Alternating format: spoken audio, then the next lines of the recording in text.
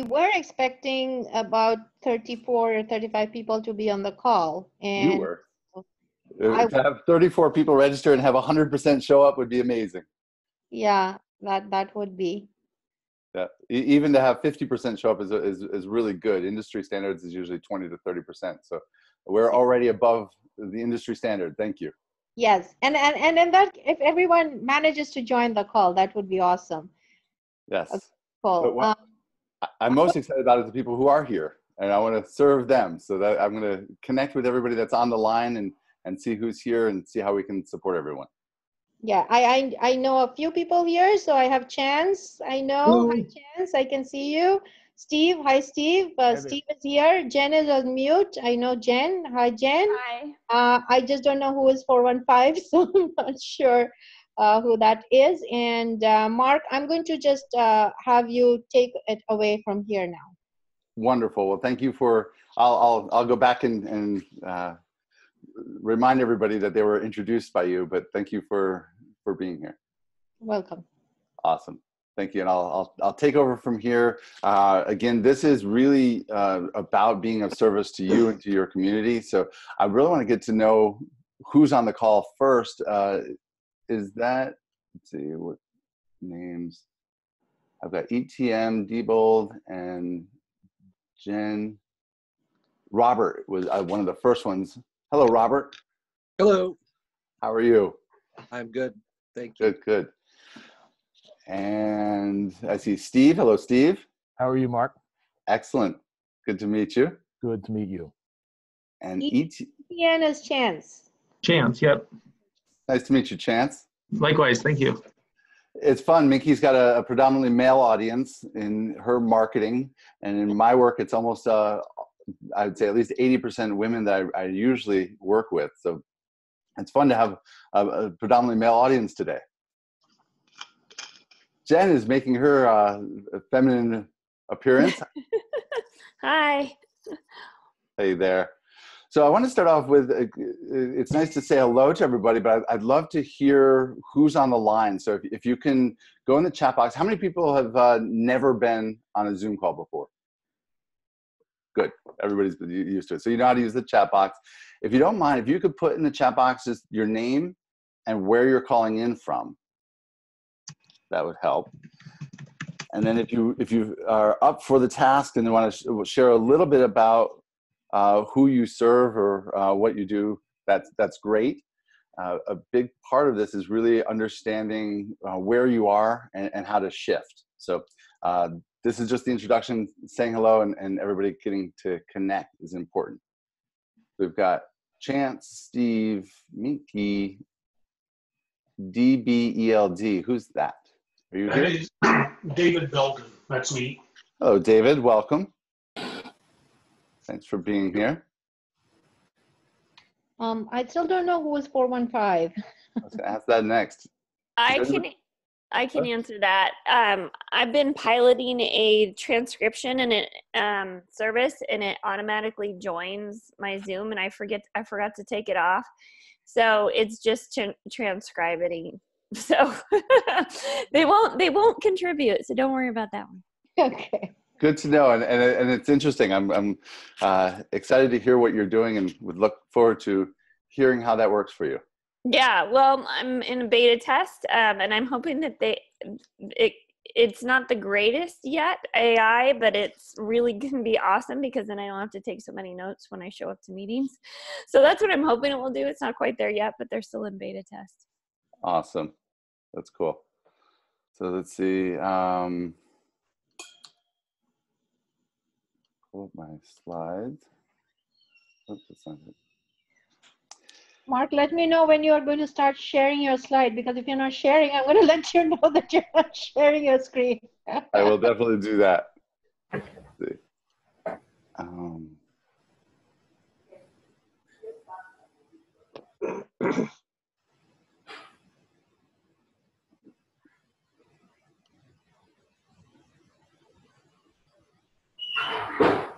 So when Minky first introduced me, she went through my webinar, and I had a technical issue around the slides, and so I had everything all ready to go, And here we are. I'm pulling up slides again. So let me get to my right screen. Apologize.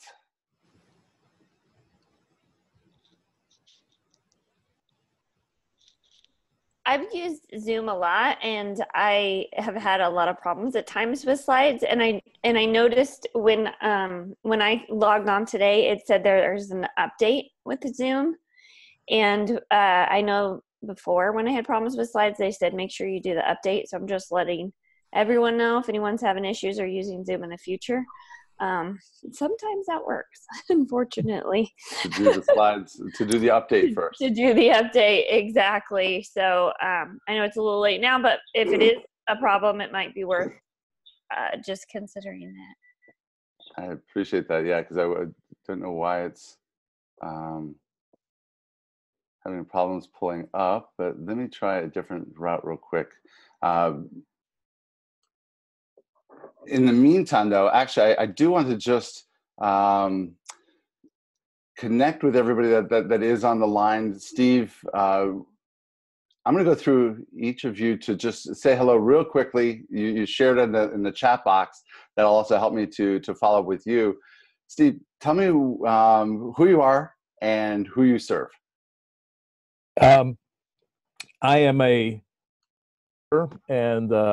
an entrepreneur and a mentor, and I've created a network of mentors who I pair with executives who find themselves in new roles. Well done. That is very succinct and concise. Thank you. I appreciate that. That helps me greatly, and it also sets the bar for everyone else. So I do, again, we'll go real quickly. Chance, I'm going to unmute you. Do you want to share who you are and who you serve? Yeah, so my name is Chance Eaton. I am an organizational development consultant, coaching, training. And right now, I serve a lot of government employees. I live in a government town. But it tends to be teams that are starting to flirt with a little bit of dysfunction, or they're just looking for kind of that next wave of development. Excellent. So again, in the professional space, executive space. Thank you. And that was Charles. Jen. Sorry, I put it in my chat function, so I didn't mean to pre-advertise, but No, that's good. I lead a professional association of consultants and business coaches, and essentially they come together to collaborate, share resources, education, and referrals. Beautiful. Wonderful. And let's see, who did we not talk to? That's it. Cool. So I will. We have someone by the name of Christina, but I think she may have dropped off the call. I just saw Christina. I did too, but she's not there yet. I didn't see her there anymore. Did we speak to Robert? I guess we did. No. No. No, we didn't. Where am I? Why am I not seeing? Oh, hey, yes, Robert was the first one I said hello to, and we haven't heard. Please share, Robert. So I'm an attorney. I do consulting and training, and I have a twofold audience. I do training to help people who are coming home from prison reintegrate into society. And then I have a community piece where I educate the community at large and businesses as to how to integrate these folks who are coming home back into society and the workforce. Wonderful. Fantastic. And Minky, you are the one who introduced us all, but would you mind sharing a little bit about you and who you are? On mute. I said, yes, I'm on mute. I am an entrepreneur like many who are on this call right now, and who I serve is other entrepreneurs who are going through that journey where they are connecting with large corporations, and what's missing for them is that they're really awesome with their products and services, and they're always running around delivering their programs, and primarily in the field of executive coaching, business transformation, culture transformation, and at the same time, they don't have a sales funnel or a pipeline or a sales strategy or a sales team. And that's what I do. I provide the sales team for them to take away all their stress and get the sales funnel going for them, and just to get them the peace of mind that they don't have to worry about the sales aspect of it or getting new clients while they go and deliver their program. Once their contracts are over, they can come back and they have a whole sales funnel where all they have to do is now get on the call with the decision makers and make it happen. So primarily that's what we do. And also for some of our clients who are not in a position to hire our team, we provide them with the methodology for them to actually, we teach them the methodology. Like Chance is one of our clients who's going through the process to learn the process and implement it himself. So that's what we do. And of course, consulting is a big part of that. It's involved in both. Beautiful. Well, I love the eclectic nature that we have here. Jen, the work that you do is a lot of what I do. It's about building joint venture partnerships and helping people to collaborate. So knowing who's on this call with us will help us to see how we can support each other. And knowing, Minky, that you're the connection between all of us helps us too to see how everything's working. So thank you very much. I'm going to go into screen share now. In fact, let me manage participants real quickly. I'm going to mute everyone. And then this is an interactive call, so I do encourage everybody to participate and unmute yourself if you have questions, to post questions in the chat box, which we'll share a little bit more about. One more mute. There we go. And everybody can still hear me? See me well? Good. Okay. Let me share screen.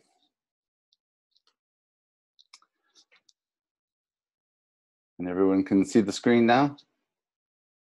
It's not full screen.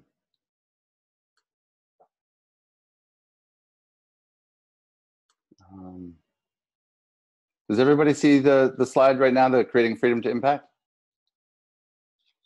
And are you still seeing my whole screen with all the junk behind it, or are you just seeing that screen? We are seeing the whole screen. Good, good. Let's see. Let's figure out why is it not opening all the way? Oh, try this.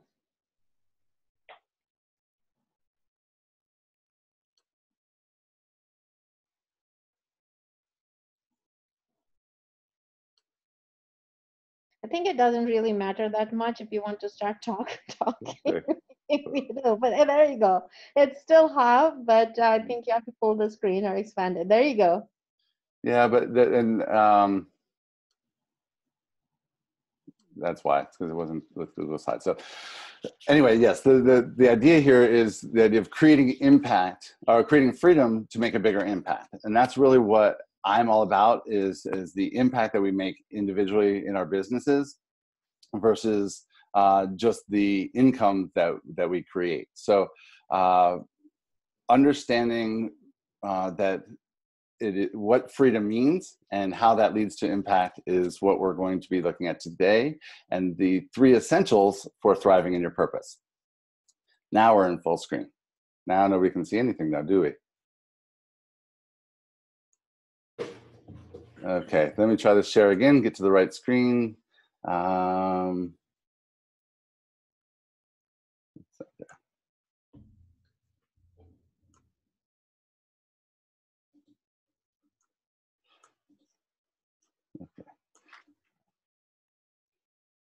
Beautiful. Got it. So the first question is, are you an inspired messenger? Basically, I'm curious to hear from you if you feel like you have an important message to share. I believe that everybody on the planet is a messenger. Just the way that we show up in the world tells a message to everyone else around us. But an inspired messenger is someone who is inspired to share their life stories, their experiences, in order to improve the lives of others. So how many of you would actually say that you are an inspired messenger? Going the wrong way. Mark, you're going through all the slides. We'll go back there. Now we're there. This is going to be a fun one, 45 minutes, I am sure. Thank you for giving us the fun. You're very welcome. And the idea is really to provide a structure that does create freedom to impact. I'm curious to find out what some of the results are that people are looking for as far as freedom, what freedom means to you, and how we can do that through our message. I'm the founder of the Inspired Messengers Network, and I'll just share a little bit about, I do believe that the greatest challenge for many spiritual messengers is being able to monetize your mission in alignment with your values. And that's a lot of what we're going to be talking about today. It's not the mechanical marketing and the structure and everything else, but being able to set up your business in a way that you're able to make money and feel good about what you're doing. There's a lot of people that are in the industry that are dealing with formulas of saying, if you just do what I do and you repeat the exact same thing, you're going to get the same results. The idea here is that if you create your business in alignment with your values, not only will you get the goals that you want, but that you'll enjoy the whole process more. You'll create greater freedom in your life. You'll have a bigger impact. So that's what we're going to be talking about today, more than just the mechanics. My promise to you is that during this workshop that you'll discover a new way of being in business that is in alignment with your values, your vision, and your mission. You will develop a clear strategy that is also in alignment with your values, vision, and mission, and to be able to take specific action towards your vision.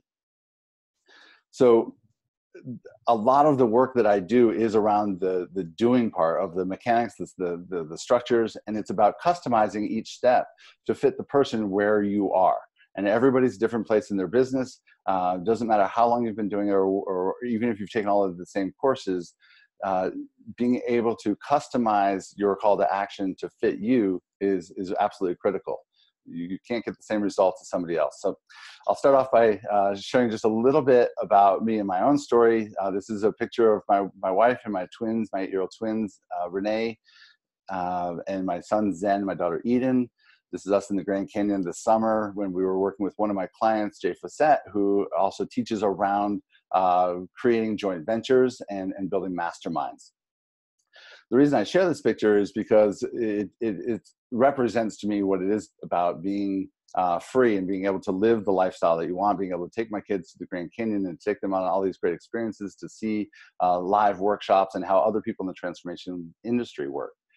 But more importantly, just to share that Renee and I created the Inspired Messengers Network as a way to help people to align with what their purpose is, what they came here to do, and to be able to fulfill their purpose, to create more meaning in their lives. Renee runs all of the back-end structure, all of the detail, the organization stuff. I get to focus on working one-on-one with people and being more the face of the company. So are you a divine being with a special message and a unique gifts to share? Would you all agree that you have a unique message that is not just a duplicate of what you've learned, that there's something unique about what you're offering? Excellent. Great. So this leads us to essential key number 1, which is to discover a new way of being in business. And this is a term that I call alignment consciousness, and that's making deliberate choices based on resonance and congruence with your values, your vision, and your mission. So in other words, if you're following marketing advice, whether it's about doing social media or even email, when you are doing something just because you feel like it's what you're supposed to be doing, it's what the gurus told you to do, your teacher told you to do, your coach, and it doesn't feel good, you're not going to get the results from it. But more importantly, you're not going to enjoy doing the work that you're doing. So does this make sense to be able to build everything that you're doing, all of your decisions that you make, even who you partner with, who you look for as teachers, all of that being in alignment with your values, your vision, and your mission? Does that make sense, that as far as teachers and everything else? Excellent. Because I have learned from a lot of teachers who later I realized there were certain pieces of their values that didn't align with what I was doing. And then I understood, oh wait, that's why that tactic or that strategy didn't work well for me, because it didn't resonate with me. So therefore it transferred to my clients. So we want to start off with a values, vision, and mission exercise. Have you all done values exercises before? Jen has, Steve? Yeah, okay, good. Would you say that you have an idea what your core values are? If you could you name the three biggest or three of your biggest? It doesn't have to be the top three, but if I were to ask you to list three of your core values, in fact, I'm going to ask you, if you want to put those in the chat box, what you believe to be your three most important values. I've done this exercise, and again, this is one of the things that I learned from Brendon Burchard, one of the gurus in the industries. Everybody knows who Brendon Burchard is, the millionaire messenger. He does this exercise every year. At the beginning of the year, he picks the three values that he wants to focus on for that year. And it could be around integrity, spirituality, impact. When I did that exercise this year, I realized that creativity was one of my biggest ones. Impact was one of them, and freedom. Therefore, creating a whole webinar around creating freedom to impact. So what are your three core values that you would like to embed in your business and in the work that you do with your clients? I'm going to look and see if you guys have shared, if they're in there. I'm also going to ask for a volunteer. Is there somebody that would be willing to share your three values? I shared, and I see everyone has shared. A lot of them have shared. My values are integrity, accountability, and authentic communication. Integrity and accountability. Beautiful. Communication. And so I'm sure all of you, and thank you, Mickey, for stepping up and sharing that, because for one, all of us know who you are. And so we can see how integrity, accountability, and what was the one about communication? Authentic communication. Authentic communication. Authenticity is one of the big ones for me, and that's being who you really are. I would imagine that all of you can sense the difference between somebody who's being authentic and inauthentic, and how that affects you in buying decisions and in working with somebody. So you can see how Minky represents each of these things, like authentic communication. When there's a challenge or something that's coming up, she can just very directly say, hey, we're having a problem with the slides, or hurry up and get into the content. That's being real. The idea of accountability is also a really important one, of saying, here's what I'm committing to doing, and if I'm not doing that, please let me know so that I can make corrections. This happens if you think about teachers. There are a lot of people or anybody that you might be a client of, if you're using a service or anything else, and if you ask them for help and don't get what you're needing, they're not being accountable to you. So again, you can see how being accountable to your clients and to your partners is really, really critical. So again, this is the foundation of everything else that we build on, is being really clear on the values that you're wanting and building that into the mission and the vision. So when we sent out the reminder this morning, we actually you should have a workbook that goes through the values, vision, and mission exercise of just being able to list out the top 10 values, and then honing it down into 3, and actually being able to use that to create your vision and even a mission statement. How many of you have a vision statement and or a mission statement? Steve, Jen, Chad is nodding. Robert, too? Do you have a vision statement or a mission statement? You can just nod, or not yet. Cool. Well, again, you've got this exercise here. So if you want to go through that and look at, there's the value cards. There's a list of about 100 different values to choose from, narrowing that down to 2, and then picking the 3 that most resonate with you. Looking at going into your year and building your business on those values. So looking at 2019 as an opportunity to being aligned with your values, your vision, and your mission.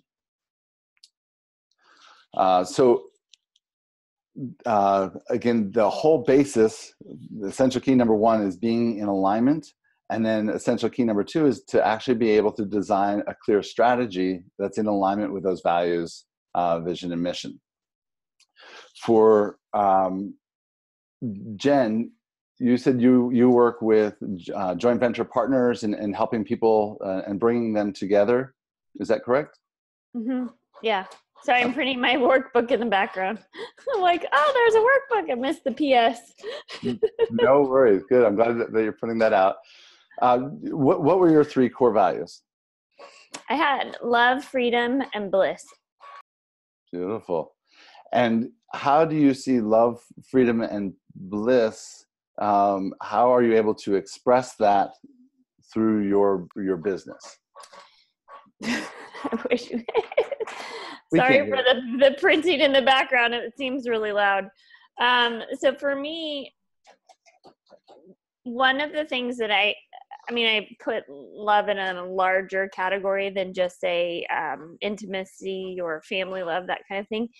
And within our association, there's introductions to individuals one-on-one and small group interactions where they really create an appreciation for each other's work and an understanding in a way to, if you will, create professional intimacy, finding ways to support each other and to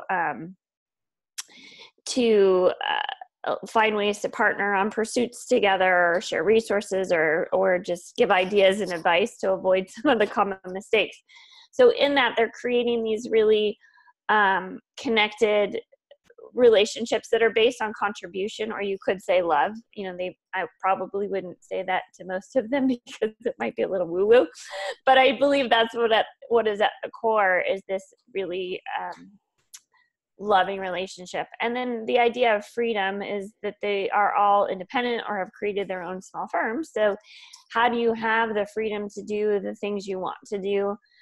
And many of them have left large firms or large companies and have left for that freedom, but then they find out entrepreneurism is kind of stuck with some not so fun sides like bookkeeping or invoicing or just some other challenges that come with it. So by working together and getting ideas from each other and resources from each other, ideally a little bit more of the freedom to do what they love to do.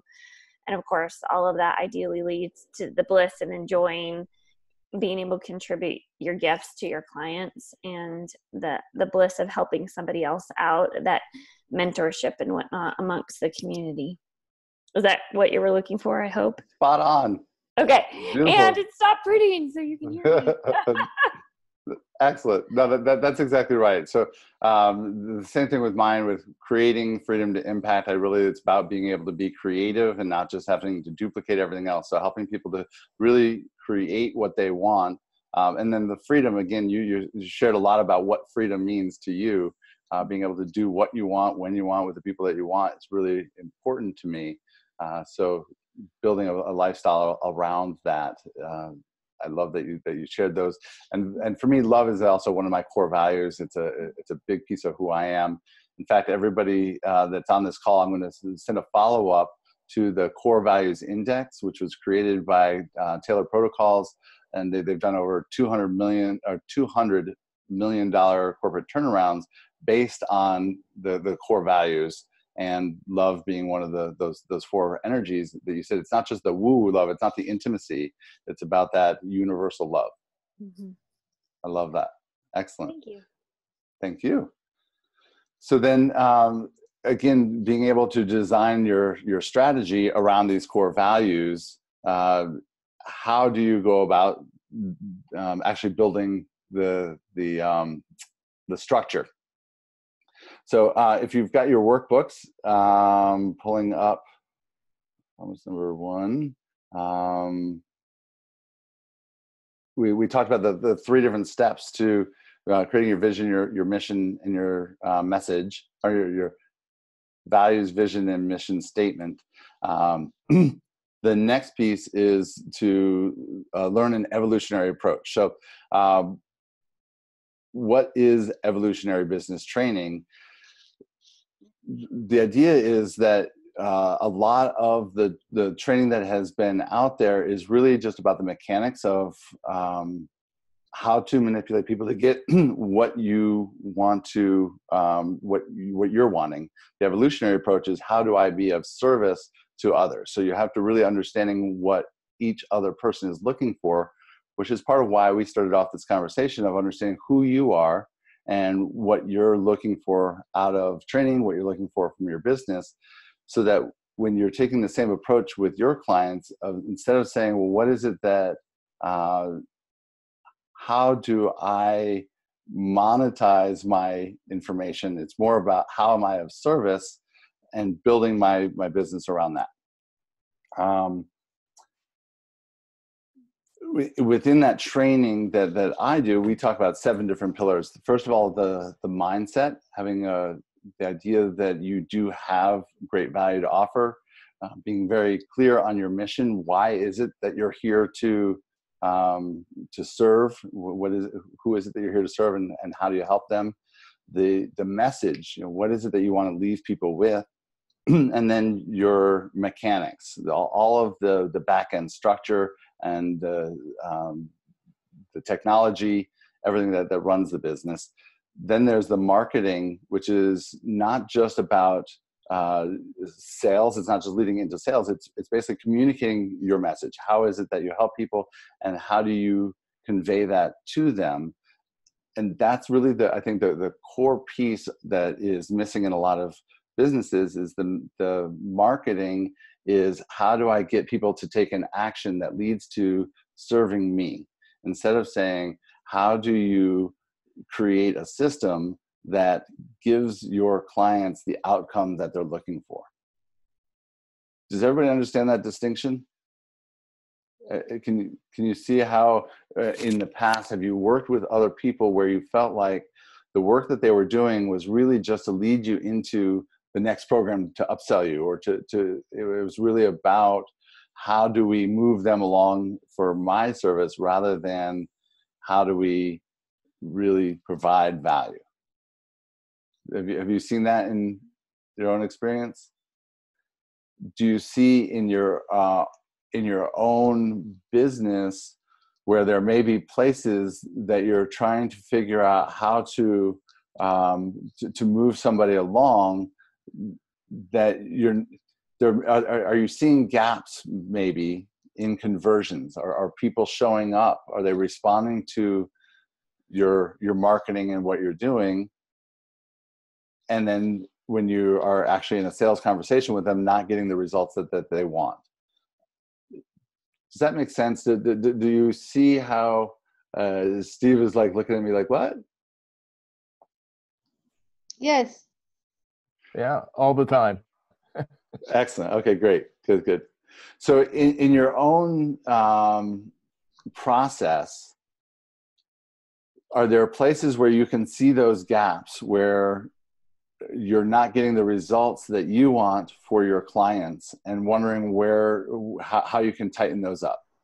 Yes. Where might some of those spots be? For sure. Minky, where are those spots for you? Where would you see that either people are not converting as much, they're not enrolling, or they're just not responding? So like if you're sending out an email, are people opening the emails? Yes, it all depends on in what is the message that it has to do a lot with the content and my clearing.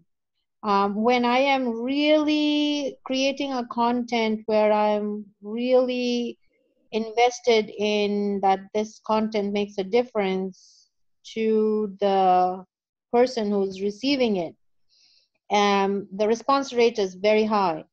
And if I have sometimes, what I've done in the very recent past is I had delegated that responsibility to someone else where my voice was not really being heard. And I take responsibility for that because I was so busy developing my team. I was like, okay, this person can take care of that. And there might have been a few contents which went out, which was not really my voice and which didn't sound authentic. Like, one of my values is to be authentic.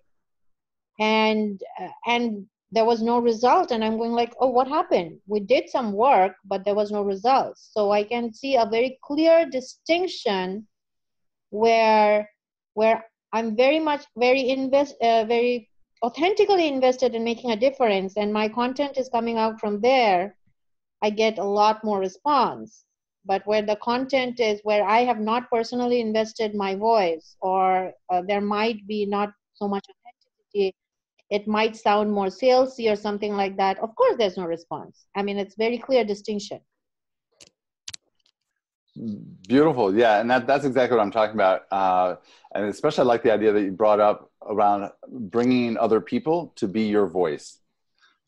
So there are, I'm sure you work with people who do social media management. And I know that that's a large part of what LinkedIn is, but you do a lot of work to help understand the voice and the message of your ideal client. I know that there are a lot of people out there who have somebody running their social media who may not be in alignment with their messaging, and then it deeply affects everybody else. So like, oh, wait a minute, this isn't the same person. So that really relates to your authenticity. Yeah, I just want to add to that is that I'm noticing more and more like how important it's becoming for me to make sure that the consulting part of that I'm doing in regards to back and forth with my client, to make sure they understand, you know, that they understand also that it's not something automated or something. It's their voice. It's our process, but it's their voice because it's them. And that's where, you know, it's a huge difference in someone trying to like something which is kind of automated, but there's a lot, you know, to ensure that it's their voice. Okay. Yeah. Their voice. So that you created a really perfect explanation for me. So that's the core of authenticity is what we're talking about, not the systems or whatever else. Some people don't like automated systems. Even the word funnel might make people uncomfortable, feeling like, oh, that's so mechanical. What might really irritate you is robots or bots, social media bots, because they seem so impersonable that they're mechanical and that they're deceptive almost. But I have a friend of mine, Angela DiGiorgio, who's got a best-selling book, and he uses bots a lot to create engagement.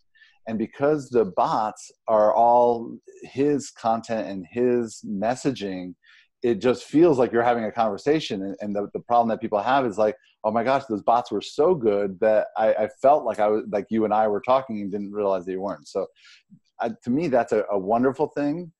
He doesn't ever try to pretend that they're not bots, and people usually know it, but it's just such a deep part. He's so in alignment with his authentic communication that even the bots seem natural. And so that's the kind of thing that we're talking about with when you're aligning your strategy, the actions that we're going to take and what we're actually going to move forward in is, you know, what are the pieces that you want to change? What are the strategies that you want to implement for next year? And how do you make sure that you're taking those strategies in alignment with your values? So we talk about, in designing a clear strategy, the 7 pillars. And if you've got the workbook, those 7 pillars, the very first one being mindset. What is your current mindset as far as your ability to serve? Do you feel like you are confident in what you're offering and delivering? Do you know that it's of value? Are you owning your own value? Do you feel like your pricing reflects the value that you're offering? that mindset piece really comes before any of the other stuff. So if you're not confident in your value, or if you're feeling like you're out of alignment with your authentic communication or any of your other values, that is a good, important place to start. So you can address that before moving on to getting clear on your mission and what it is that you're here for. So the mission to me is much more important than creating wealth or the abundance or even the freedom. If you've got freedom to do what you want, but you're not living the reason that you came here for, you're going to feel unsatisfied. I know a lot of wealthy people who are always striving for more and more and more because they're not feeding their own meaning and value in the world. So understanding that you have a mission. Does everybody believe that they came into this world with a mission or currently are on a mission? Everybody just a nod or yeah, cool, good. So if you are aware that you have a mission and you're not working towards that mission and you're not in alignment with that mission, then anything that you do is going to not feel good for you, and it's not going to have the effects that you want.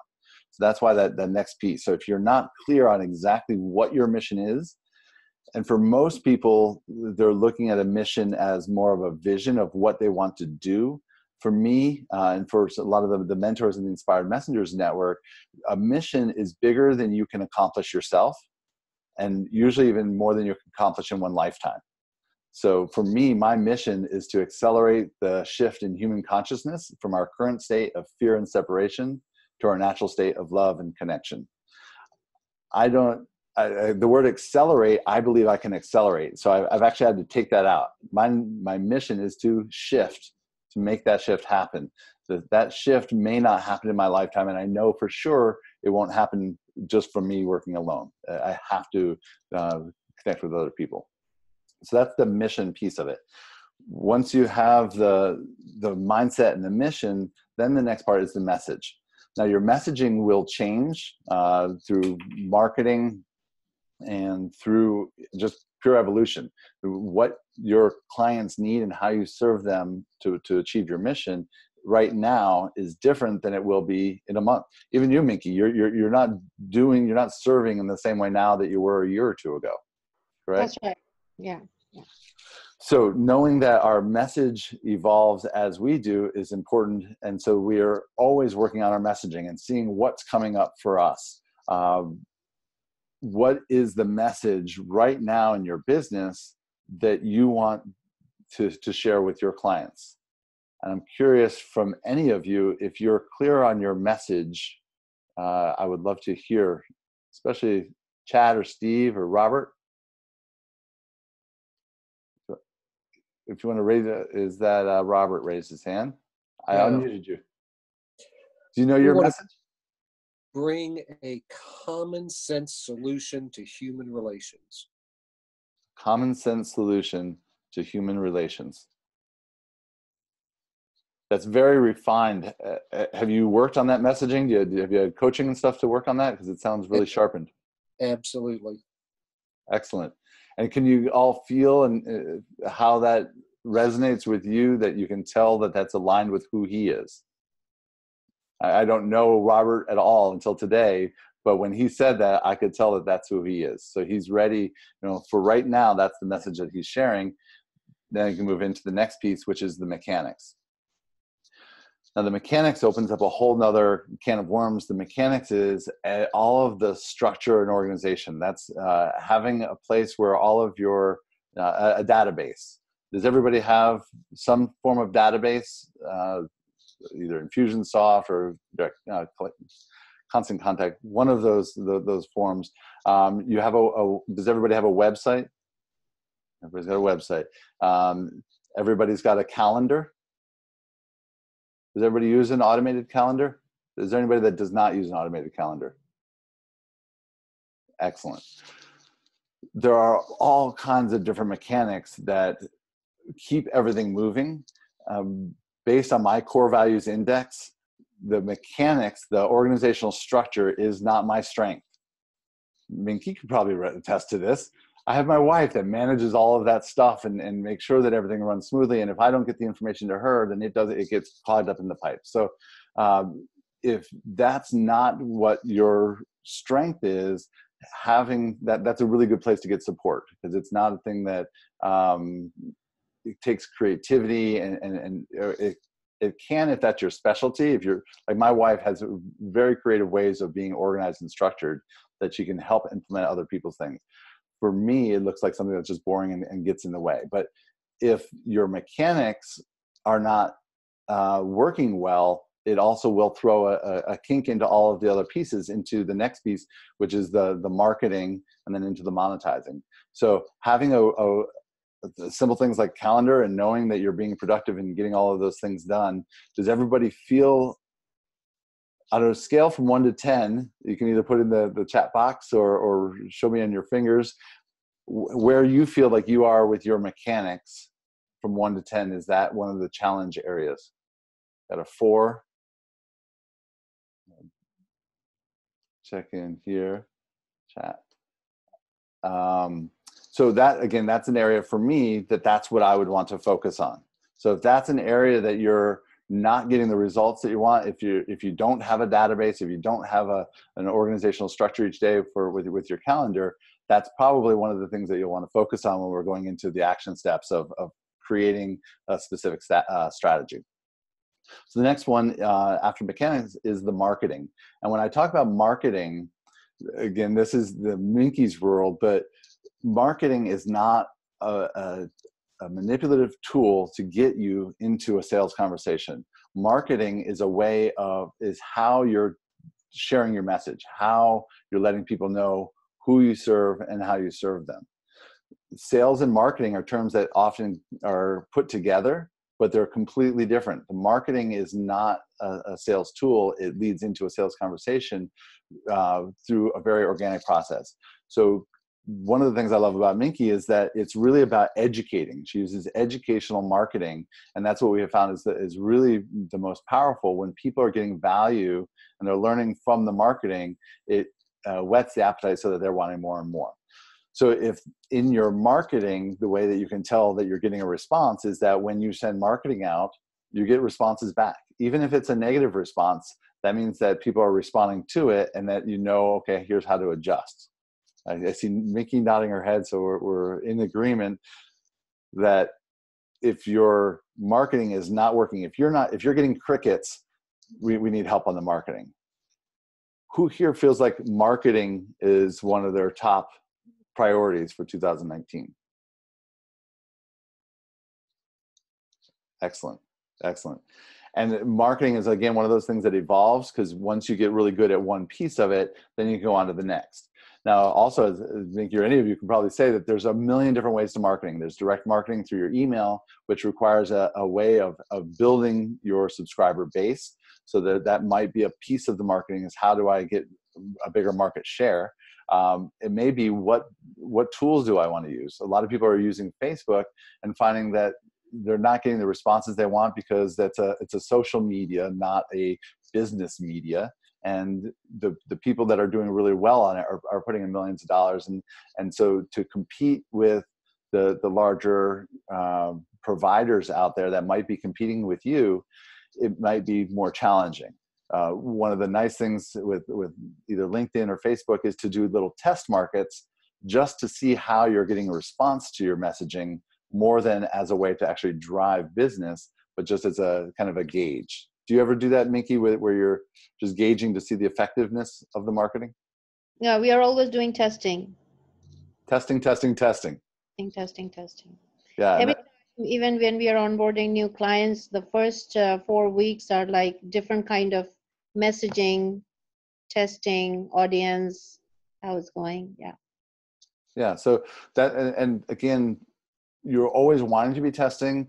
There's so many different ways to do it that it's really important to hone in and decide one thing that you're going to do first, and work on that and find out how that's working for you. And if you feel like that method is not getting the results that you want to change, that's great. But if you say that you're wanting to do LinkedIn marketing and you try it for a week and don't get the results, that's not effective attempt. You really want to, if you're going to invest in it, do it right, get the results, tweak things, and start to see the results. When you start to see the results, that's how you see that your marketing is effective.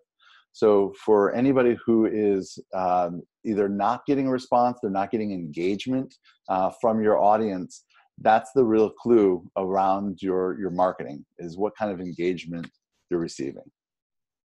So if you're looking for greater engagement, that's certainly one of the things that I would mark as in the strategy part, is to focus in on how to tighten up your marketing. The next piece is the monetizing. And again, this goes to sales. So developing a sales process that works for you, that is efficient, and also, again, aligned with your values. So you don't want to be, you want to be authentic, you want to be real, you want to be in service. But you also, there's a mindset piece to it too, around the value. So there's the inner game of monetizing, of knowing your value and being able to charge what you're worth. And there's all kinds of tools that we have, several different mentors and experts that work on the inner game of being able to monetize your mission and be able to charge what you're worth. And then there's the outer part, the mechanics of it. One of our Inspired Messengers Network mentors is Sean Stewart, and he teaches something called transformational selling. And this is where you're selling, you're creating a breakthrough for your client in the sales process. Whether or not they ever sign up, they're going to have a breakthrough just from that coaching process. And it's not a sessions that sell, like a Christian Michelson, where you say, okay, well, we're going to do 20 minutes where I'm going to coach you, and then I'm going to make you an offer. That's not the idea. This is a process where you're going through the whole thing of understanding what their needs are, and being able to hone in on one thing and show them. It's about empowerment. That's what it is. I think that the difference between monetization or sales is the selling that makes us all feel yucky and uncomfortable, is where we're taking people's power away. We're trying to tell them that they need us, instead of giving them the empowerment of saying, we're here to serve you and to help you and to add to what you already have.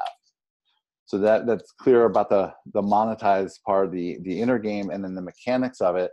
And again, there's lots of great sales training, and I've had tens of thousands of dollars worth of corporate sales training about overcoming objections and all of the mechanics of it.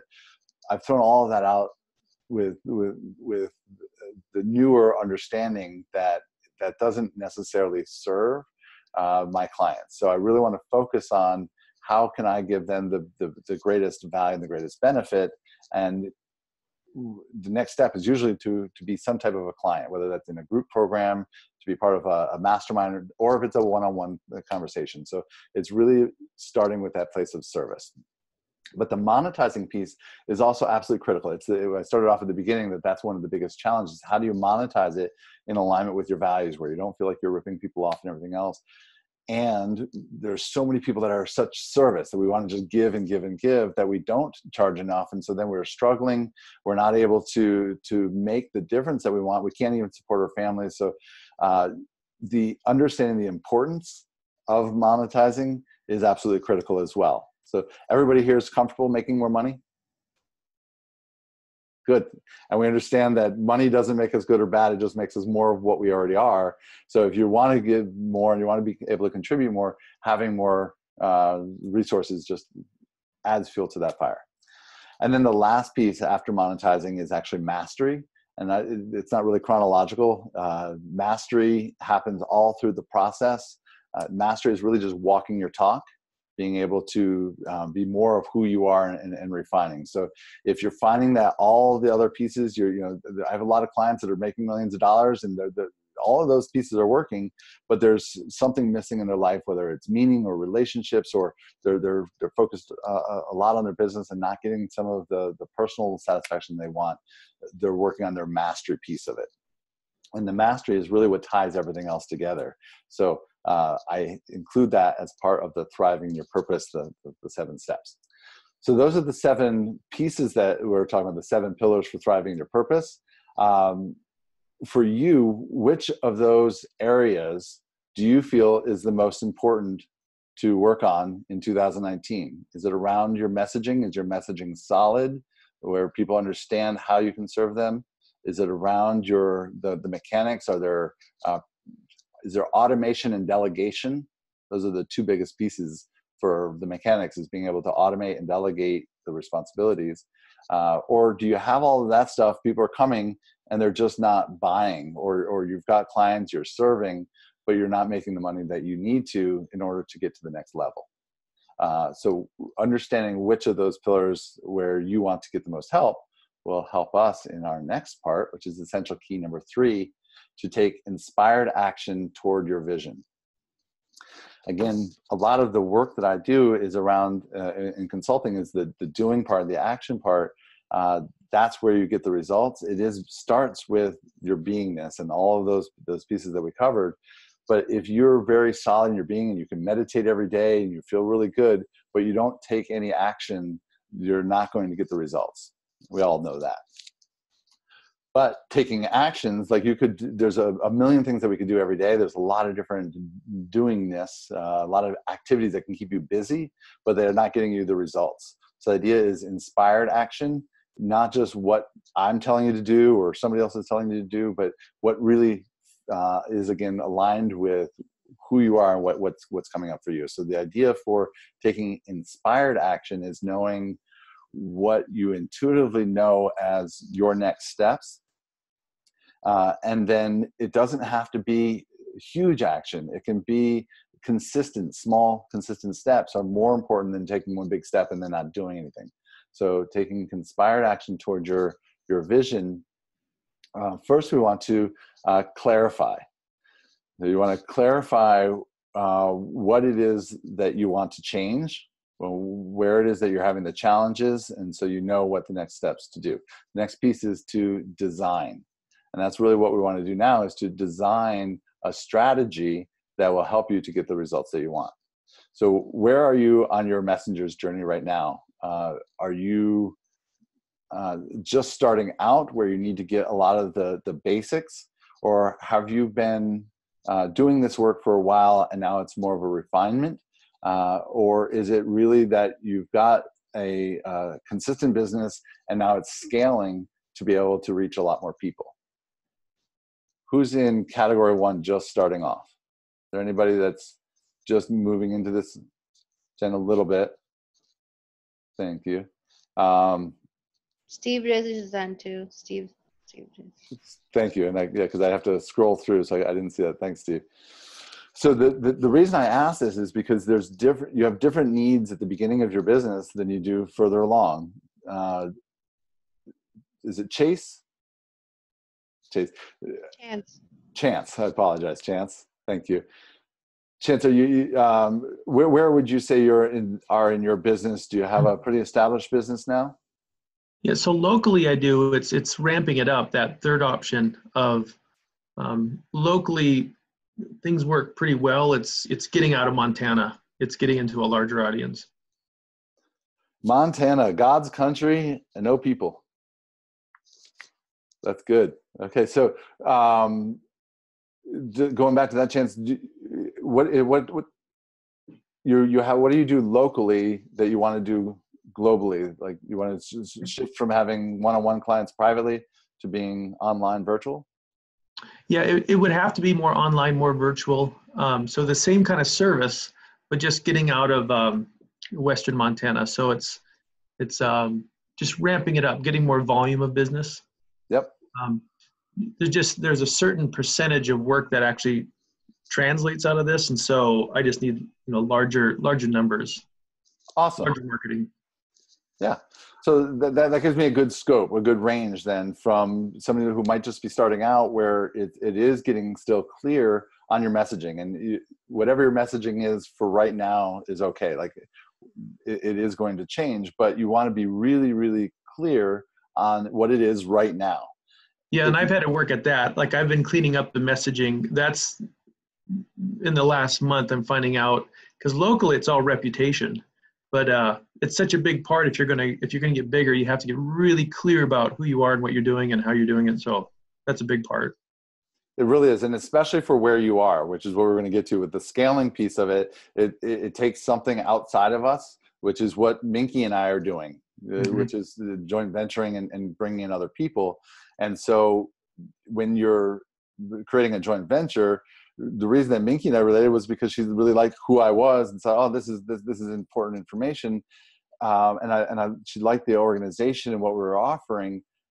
That's what created the synergy. And so you being able to find people that you can partner with, that your messaging, which is authentic communication, relates directly to them. So you don't want to change your messaging to fit them, but you want to be really clear in your messaging so that you're only attracting people who are in alignment with that messaging. That makes sense? Mm-hmm. Yeah. So again, at the beginning stages, the messaging, the most important part of the messaging is really about the consumer and making sure that you're understanding what the consumer's needs is and how you're serving them.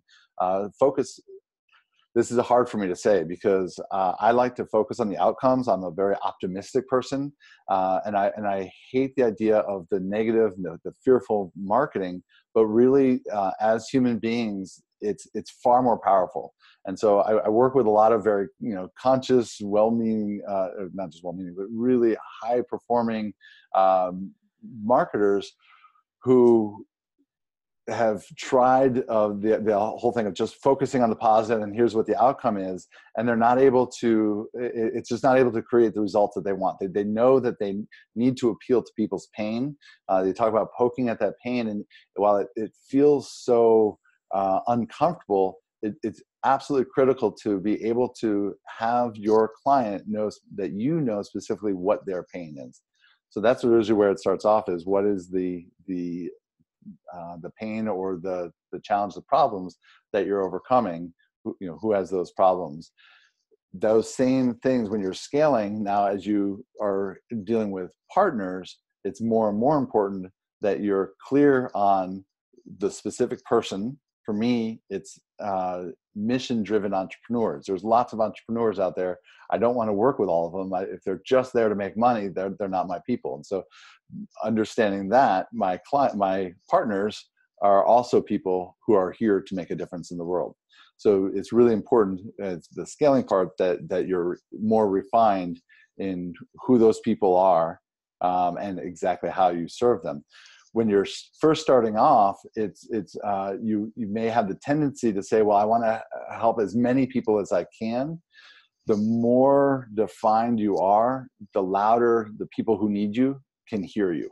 When you are vague or just saying, that I help entrepreneurs to get more business, everybody wants more business, but it just gets generic and it gets lost. So being able to specifically say, I help mission-driven entrepreneurs to 10x their business by building joint venture partnerships, it says, oh, okay, they help me connect people together. So that's really important, is to understand who you're serving, the problem that they're serving, and the outcome that you're providing.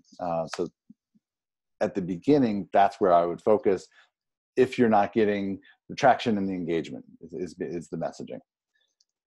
The monetizing, though, is absolutely critical, because if you're not monetizing, you're not able to fund the work that you're doing. You're not going to be able to do anything for anyone. It's kind of like putting the oxygen mask on yourself. So for a lot of people, especially right now, looking at the beginning of the year where people are saying, how am I going to do this for another year? Being able to stabilize the income, you don't necessarily need to have all of those other pieces. If you're familiar with Jeff Walker Product Launch Formula, one of our mentors is Alan Davidson, who's one of the only 5 people in the world that Jeff Walker will recommend. He's done over 100, or actually over 200 launches now. Talks about the idea of being able to do a seed launch where you're basically building your content and developing your message and all of those 7 pillars that we talked about. You can actually do that in a seed launch without having to know what all of the content is, what all of the message is, by being able to be really clear on the person and the problem. And then together you actually come up with the solutions. And even Steve Harrison and Jack Canfield, 2 of the biggest names in the transformation industry, did this with their publishing blueprint, where they did a seed launch. They knew what the very first program was, and then all the rest of that was done through research. I did the same thing with my Transformers Mastermind. We started off with 20 weeks. We went through all the different pain points and then ended up honing it down to a 12-week program that we launched afterwards. So if you're in that stage of inquiry of trying to find out what is the biggest and the best way that you can help people, it may be doing something like a seed launch where you actually do a pilot program to test what you're doing and seeing how that's working. And what every coach has always told me, and I started right off with group programs, but the one-on-one is by far the best way to generate cash and to make a bigger influence. You're going to go deeper with them. You're going to help them out in a bigger way. They're going to get more out of it. It's also easier to sell one-on-one than it is to sell a whole group program. But if you've got 20 or 30 people and that you think that you can get 5 or 6 people into a beta program, that's great. If not, just having one person as your beta and being able to practice and go through all of these, the mechanics of how you deliver it and everything else, that's wonderful. The idea is to be able to stabilize so that you are generating revenue and you're building momentum. So it may be that depending again where you are in your business, that you're at a momentum phase, or you may even just be at an inquiry phase. So just realizing, just discovering that you have an important message. So that's an important part to start with the strategy, knowing where you are. Then being able to write down 3 steps that you're going to take for that strategy. So each of you have written down the one, at least one of the 7 pillars that you want to work on. Yes. Pick the most important one that you want to work on, whether that's messaging or monetizing. And let's say it's monetizing. There's a reason that's step 6 and not step 1, is because in most cases you want to bridge the gap. So if you're not already in this industry and being able to be stable in your income, that you may need some other source of revenue, or you have some type of savings or a organized plan of how you're going to monetize, or how you're going to pay for everything in getting this message out there. Anybody who's been doing this for a while knows that I'm sure you all have invested quite a bit of money in your business already. And some of those things have worked, and some of them may not have worked as well. We really want to make sure that you're focused on the one thing that will make the biggest difference. So pick the one thing. Again, if that is monetizing, there are ways that you can stabilize income from where you are. But you certainly need at least something that you can offer of value. So what is the number one piece that you guys are wanting to work on? Which of the 7 pillars? Is it mindset, message?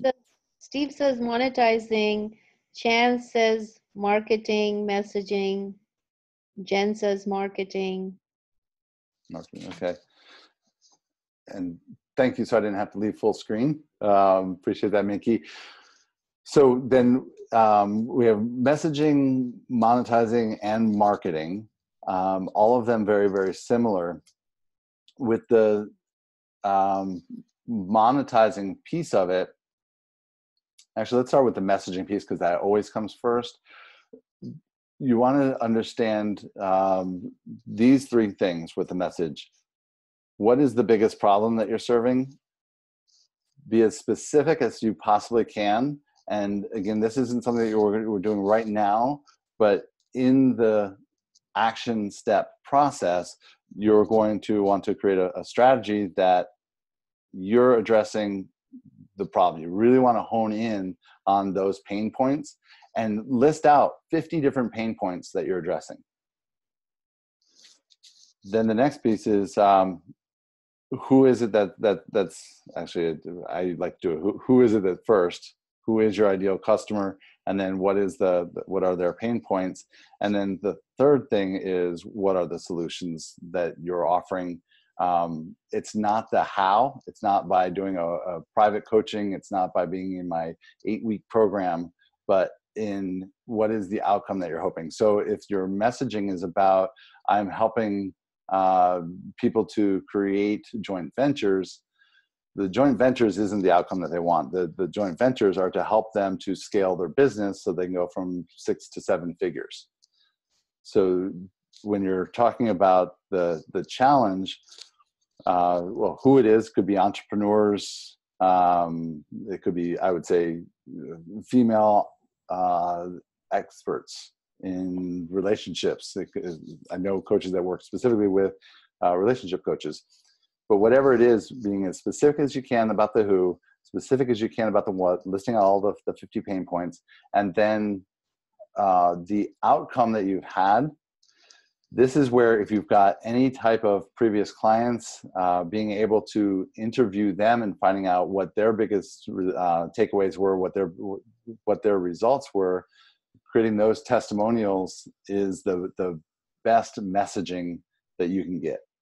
So what I would recommend if you're working on messaging is to find at least 3 to 5.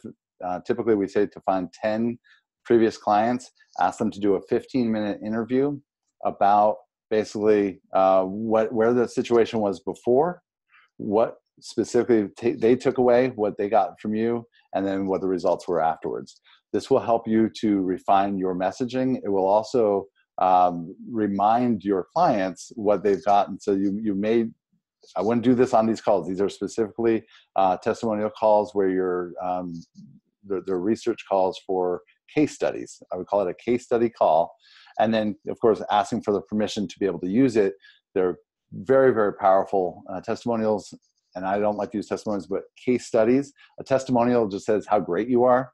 The difference between a testimony and a case study shows where you were before and where you are after. And so that's really what you want to do. And you can use that to help you refine your messaging. The marketing piece of it, again, you want to identify what are the primary marketing ways. And I would maximize 3 of them, or maximum use 3 of them, but really to hone in on one specific one. So let's say you're just going to be using LinkedIn, then you're going to say, okay, LinkedIn is going to be my marketing tool. And I want to know 3 steps that I need to take in my LinkedIn. I need to make sure that my profile is really sharp and it catches people's eye. It has the right messaging. I want to create some type of a campaign that I'm doing as an outreach, and I want to have a follow-up. Those are 3 specific steps that you can have in your marketing.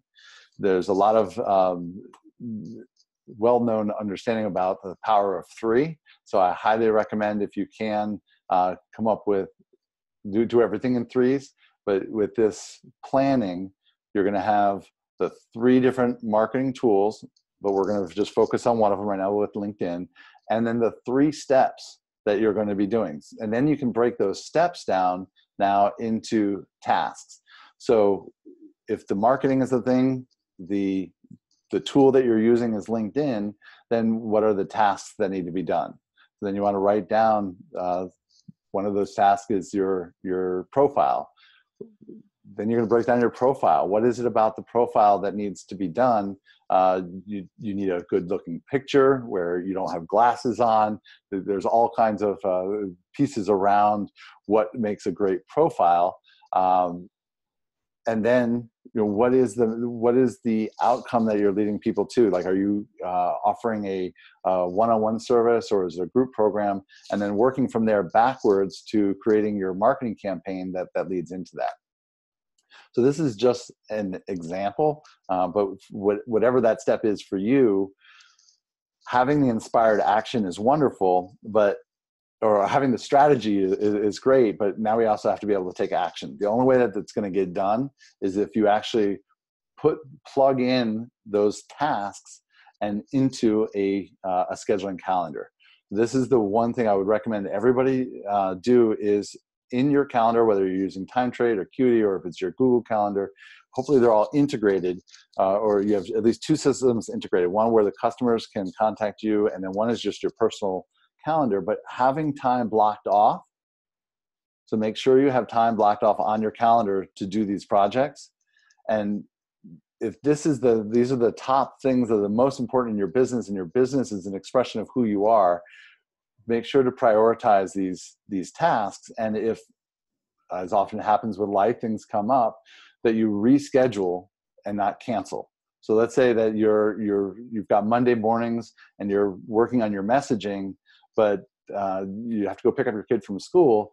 Then make sure that you reschedule that time that you've allocated so that it doesn't get passed off and not done. Does that make sense? Excellent. So again, you want to have everything blocked off, and then you want to have a follow-up process so that you say, okay, wait, how am I doing? We talked about accountability earlier. Minky, that was one of her values. And the same thing for me. In fact, a lot of research has shown that you're 67% more likely to complete a project when you have some form of accountability. And that could just be an accountability partner, somebody that you work with, where you just check in with each other and say, here's what I'm committed to doing this week. And then you just say whether or not you did it. You don't have to make up excuses or anything else, but just knowing that you're going to check in with somebody increases your chances. One of our other Inspired Messengers mentors is Mitch Russo, who was the CEO for Tony Robbins and Chet Holmes before Chet passed. And he's actually created a software that's included with the Inspired Messengers Network for everybody that's called Results Breakthrough. So you can go to resultsbreakthrough.com and check out his software. You can just sign up through his thing. It's just included as part of the Inspired Messengers Network because I'm focused on helping people to actually get the results, to carry through on the strategies that they're creating. First, create a strategy that's customized to you, not somebody else's blueprint, and then having a system of accountability so that you actually complete what you've created for yourself. So does everybody here have somebody in their life, whether that's through a program or an accountability partner that they use right now? No. Yes, I was actually noticing the comments, Mark. A lot of people had to leave because they were scheduled it for an hour. Okay. So I know you probably cannot see the comment section because you have. I see it now. So a lot of people actually had to leave the call. So yeah. Yes, I see. Well,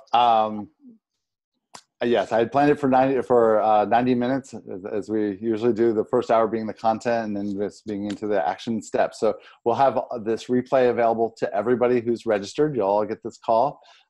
Again, I want to make sure that not only do we have a strategy, but some type of system to actually get it completed. So if that is something that you're looking for, accountability and keeping your commitments, I'm happy to provide resources for that. I just mentioned one of them. We are at the end of our call. We do offer through the Inspired Messengers Network a special. Anybody who registers now will be able to get a $500 bonus package from me, a coaching bonus package. If you go to inspiredmessengersnetwork.com, I will also, you can email me directly, mark@markporteous.com. But if you go to inspiredmessengersnetwork.com, you'll see that there's a section for the messengers. That's all of us. We agreed earlier, our messengers, and the mentors who support them. So check out the two different tracks and see if it's a fit. But for right now, I am doing a special. I'll send you that link where you can actually sign up and get a free trial month, and then it's just $100 a month to maintain it. There's no contract, there's no obligation. If you decide that, yes, I'm all in and I'd love to do that, if you sign up and you do pay for the first month, you'll get 2 coaching calls with me, one right up front as a vision mapping session. And then after you participate in 2 of the engagements, either a live masterclass or a live mastermind, and any one of the 40 hours of training in our training library, then you get a second follow-up call with me to help me make sure that you're following through on your commitments and your plans. So that's everything that we wanted to share. For those who are still here, Robert, that's you. Robert, tell me a little bit, just I'm curious to hear what you took away as a strategy, what of those 7 pillars that you're focused on and your 3 action steps. Yeah, marketing and monetization for sure. Reentry and mass incarceration, these are hard issues. And, when you guys have more time, I can tell you more about the business link to them. But these aren't natural, popular sales. These are issues that people don't like to discuss. They'll admit from a social responsibility or a spiritual standpoint, we need to discuss them. But I'm finding it's really hard to get paid to bring this message. My number one audience has been faith-based nonprofits. So working to bring this message into the business world is going to be big, and I'll probably take your suggestion and go back and figure out 3 steps, 3 strategies I can do to improve LinkedIn, because my LinkedIn right now is pretty plain vanilla. Well, I love that you recognize that faith-based nonprofits are a good source for you. I have a couple of other ideas. Anything like one of our clients works with cancer patients. It's very difficult to try to charge somebody who's going through something like that as money. So there are a lot of businesses where the consumer is not the one who pays for it. Right. And this is certainly one of those type of models.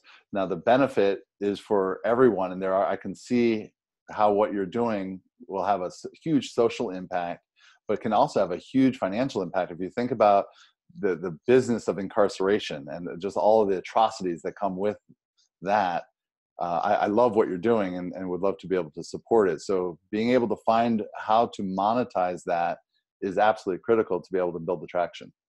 Yeah, it is absolutely critical. And there's a huge business link. Mass incarceration, there's been university studies. It costs about $1 trillion annually in the United States. Our workforce is tight, unemployment's low.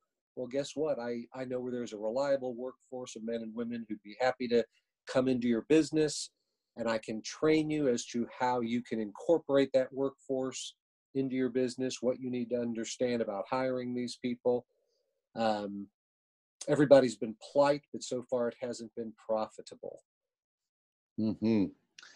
Well, I definitely see there's a need for it, and definitely a way to monetize it.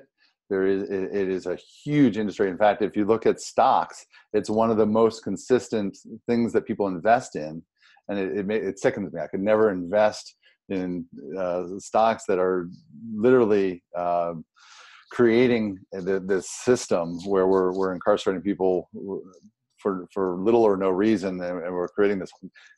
How it affects all of our society is absolutely terrible. And so, there's billions of dollars in that industry, and right now, your biggest competition is the prisons themselves. Well, that's right, and that's in the vein of full disclosure and accountability and all that good stuff, so you two can have the chance to be scared off.